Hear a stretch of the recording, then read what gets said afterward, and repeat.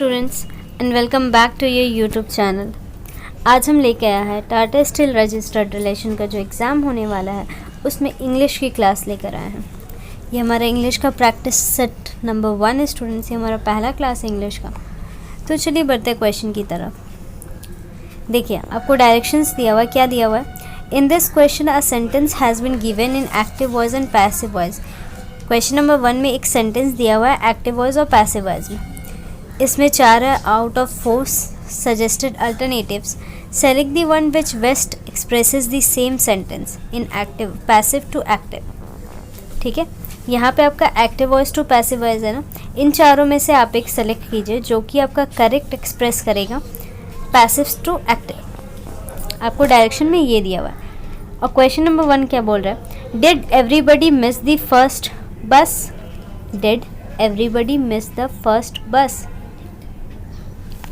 इसका correct answer क्या हो सकता है students? Which one of the 4 alternatives will match the correct expression? Did everybody miss the first bus? तो इसका हो जाएगा was the first bus missed by everybody. Was, ये क्वेश्चन मार्क है ना, तो was the first bus missed by everybody. ठीक है, ये वॉइस जो हमारा था ये आपका एक्टिव टू पैसिव था। हम लोगों ने इसे कन्वर्ट कर मतलब ये करके पैसिव टू एक्टिव में बनाया है। Did everybody miss the first bus? Was the first bus missed by everybody? Next second question में भी हमारा वही बोल रहा है कि एक्टिव टू पैसिव दिया हुआ है। 4 अल्टरनेटिव्स में से हमें बेस्ट एक्सप्रेस करना है जो पैसिव टू एक्टिव हो। ठीक है, कैसा हो? Passive to active. Passive voice and active voice सबने पढ़ा है ना, passive voice and active voice. तो देखिए यहाँ क्या बोल रहा है? We will not allow them to run away. We will not allow them to run away. इसका करेक्ट पैसिव वॉइस क्या हो सकता है स्टूडेंट्स? इसका क्या हो सकता है पैसिव? इसका करेक्ट आंसर होगा ए। They will not be allowed to run away by us. They will not be allowed to run away by us. In this question, group of 4 words are given. यहाँ पे 4 options दिया हुआ है. In each group, 1 word is correctly spelled wrong. ठीक है, मतलब एक जो वर्ड है ना वो करेक्टली स्पेल्ड है, ठीक है, और सब जो है हमारा रॉन्ग है। तो हमें बस गेस मतलब बताना है कि कौन सा जो वर्ड है वो हमारा करेक्टली स्पेल्ड है, करेक्ट स्पेलिंग है जिसका। ऑक्सिलरी का करेक्ट स्पेलिंग क्या होता है स्टूडेंट्स? ऑक्सिलरी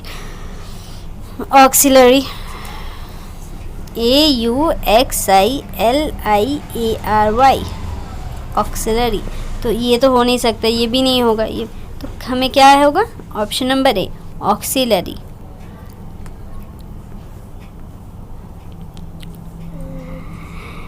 अब क्या बोल रहा है अगला क्वेश्चन में?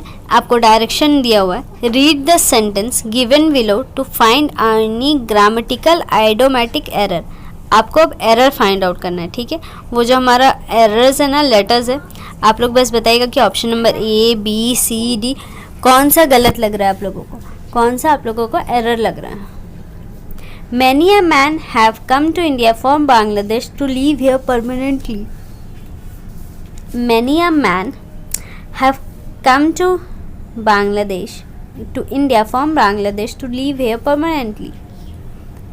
इसका क्या हो सकता है आंसर? इसका आंसर क्या हो सकता है?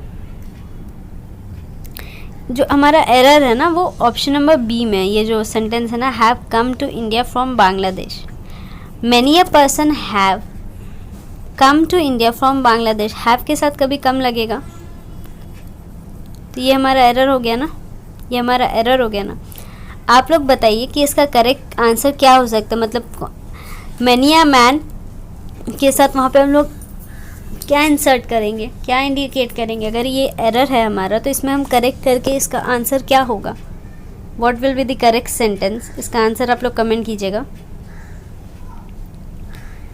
यहाँ पे भी आपको एरर फाइंड आउट करना है। ठीक है, क्वेश्चन नंबर 5 में Our football team comprises of 11 skilled players.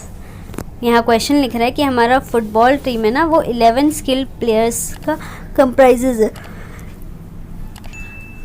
11 skilled players, इसमें जो होगा नो एरर। इसमें आप लोगों को कोई एरर दिख रहा है? A football team comprises of 11 skilled players. Our football team, हम लोग का जो फुटबॉल टीम है, that is comprises of 11 skilled players. यहाँ इस सेंटेंस में हमें कोई एरर नहीं दिख रहा है, no error. This sentence is right, correct. Innocent का ऑपोजिट मीनिंग क्या होता है student? What is the opposite meaning of innocent? What is the opposite meaning of innocent? innocent का opposite meaning क्या होगा? या innocent का हमारा opposite meaning होता है intermediate। intermediate क्या होता है? intermediate। opposite of innocent is intermediate। mediant, intimidant। यहाँ पे भी हमें देखना है कि एक्सटर्नल का अपोजिट क्या होगा। एक्सटर्नल का अपोजिट क्या हो सकता है student? Choose the word opposite to the meaning. External का, अब आप बोलेंगे इंटरनल, बट ये तो ऑप्शन में नहीं है हमारा, तो आप क्या कीजिएगा अगर एक्सटर्नल का अपोजिट पूछता है तो? हमारा करेक्ट आंसर हो जाएगा टेम्पररी। एक्सटर्नल का अपोजिट क्या होगा? Temporary. External opposite is temporary।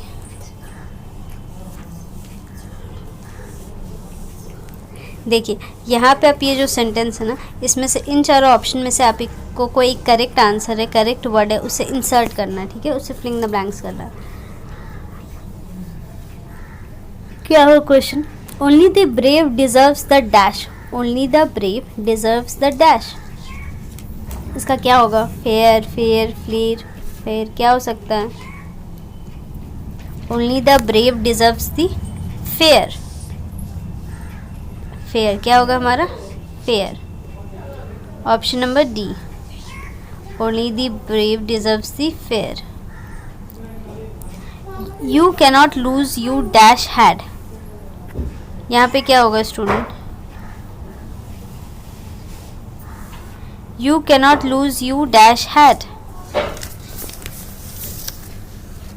हम लोग क्या लूज़ नहीं कर सकते हैं ये बताइए। इसमें से क्या वंस, ऑलवेज, नेवर, हैव, क्या इसमें से करेक्ट लग रहा है आप लोगों को?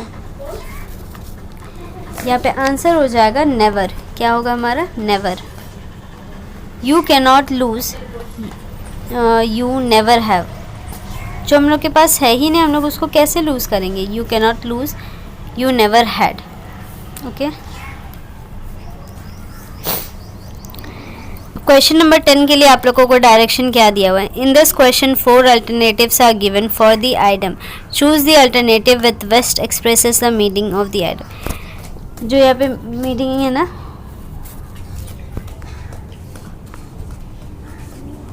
जो यहाँ पे दिया हुआ है ना, उसमें से अल्टरनेटिव्स चूज करना है कि उसका बेस्ट उसको एक्सप्रेस कर रहा है। Your remarks during the discussion added fuels to the fire. इस वर्ड को हटा के हम क्या लिख सकते हैं? Your remarks during the discussion, कुछ डिस्कशन चल रहा था, added fuel to the fire. Added fuel to the fire, that means वो कंडीशन को और ख़राब कर दिया ना। अगर फ्यूल टू द फायर मतलब आग जल रहा था, आप वहाँ पे और फ्यूल डाल दिए, आपका जो बात है, आपका जो रिमार्क है, उसके चलते कंडीशन और ख़राब हो गया। इसका आंसर क्या हो सकता है? Option number C, worsened the matter। आपका जो रिमार्क था, your remark during the class worsened matters added fuels to the fire। इस क्वेश्चन में भी देखिए, इस क्वेश्चन में भी क्या करना है? why do you feel shy of me? why do you feel, आपको हमसे, आप हमसे शर्माते कि you feel shy of me, मतलब शर्माते, दैट मीन्स आप मेरे से दूर दूर रहते हैं। It's a kind of that only ना। इस सेंटेंस का मतलब तो वही हो सकता है ना आइटम का। तो इसे हम क्या लिख सकते हैं? दूर दूर को समथिंग लाइक अवॉइड। हम तो फाइट विथ नहीं लिख सकते ना, embarrassing. Y do you fight with me? शाई का मतलब शाई और फाई में तो बहुत वो लोग डिफरेंट चीज़ें है। तो हम लोग यहाँ पे लिखेंगे avoid. Why do you avoid me? तो यहाँ पे करेक्ट आंसर हो जाएगा ऑप्शन नंबर बी।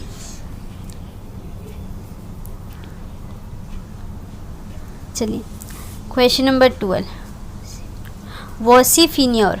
वॉसिफिन्योर का इन चार ऑप्शन में कौन सा बेस्ट एक्सप्रेसेस है, कौन सा बेस्ट मीनिंग है vociferous? That means loud. Vociferous का मतलब हम लोग बोल सकते हैं loud. In this question number 13 में भी हमें वही करना है, एक बेस्ट एक्सप्रेसेस। फिक्शनल का बेस्ट मीनिंग क्या दे सकते हैं यहाँ पे इन चार ऑप्शन में? फिक्शनल का क्या दे सकता है? What do you understand by the word fictional, students? What do you understand by the word fictional? Fictional का मतलब आप लोग क्या समझते हैं, ये बताइए मुझे। फिक्शनल का मतलब कैन एनीवन? अगर किसी को मतलब पता है तो आप लोग कमेंट कर सकते हैं। फिक्शनल का बेस्ट एक्सप्रेसेस हो सकते हैं यहाँ पे फैंसीफुल। क्या होगा? फैंसीफुल। Next trivial. ट्राइवियल का बेस्ट एक्सप्रेसेस क्या हो सकता है? ट्राइवियल का बेस्ट एक्सप्रेसेस मीनिंग ये हमारा होगा ऑर्डिनरी। क्या हो जाएगा? ऑर्डिनरी। ठीक है। इम्प्यूडेंट का क्या हो सकता है? इम्प्यूडेंट का करेक्ट मीनिंग इम्प्यूडेंट का हमारा करेक्ट मीनिंग हो जाएगा इंसोलेंट। क्या हो जाएगा? Insolent. Option number C, insolent. Students हमारे चैनल को लाइक कीजिए, सब्सक्राइब कीजिए, अपने स्टडी ग्रुप में शेयर कीजिए। Thank you.